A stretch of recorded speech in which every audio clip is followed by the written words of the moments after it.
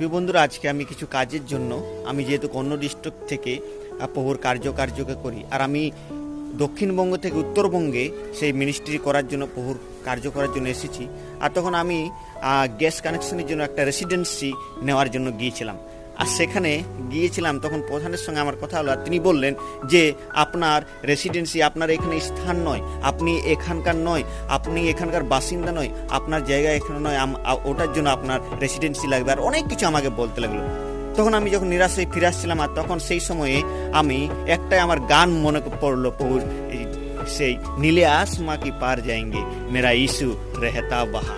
সত্যি বন্ধুরা, আমরা এখানের বাসিন্দা নই, আমরা হচ্ছে সেই স্বর্গপুরীর প্রজা, আর আমাদের প্রভুর সঙ্গে আমরা একদিন মিলিত হব।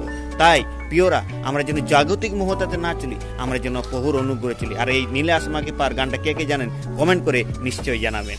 Thank you.